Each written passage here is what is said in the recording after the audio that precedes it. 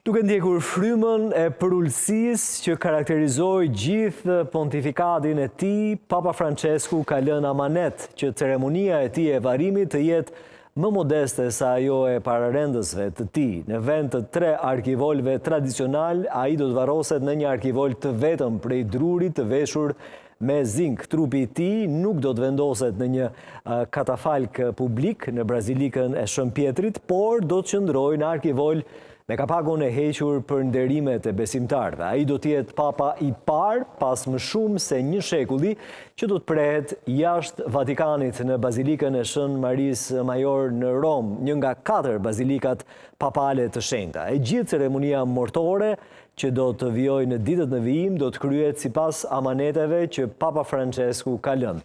Ai, udhëhoqi, është udhëheqësi shpirtëror i 1.4 miliard katolikëve në mbar botën, ndroi jetë mëngjesin e sotëm, pra mëngjesin e të hënës në Vatikan pas një përballje të gjatë me probleme shëndetësore me mushkëritë. Ai ishte i 88 vjeç dhe kishte shërbyer si pap për 12 vite.